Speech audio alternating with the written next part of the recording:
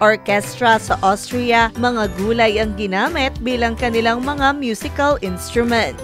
Nagkamit ang isang orchestra sa Vienna, Austria ng Guinness World Record title na Most Concerts by a Vegetable Orchestra dahil nakapag-concert ito ng 344 times sa loob ng 27 years.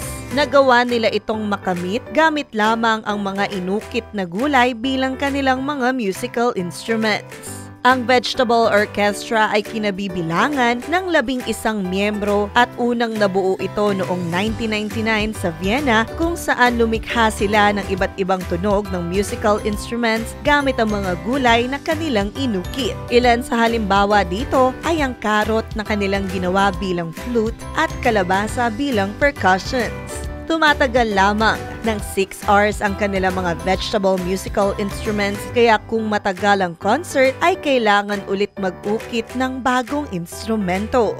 Samantala, ang mga hindi naman nagamit na gulay ay ginagawa nilang vegetable soup at ang mga naukit naman ay ginagamit bilang organic waste. Hi! Ito po si DJ Claire ng Radyo Natin Nationwide.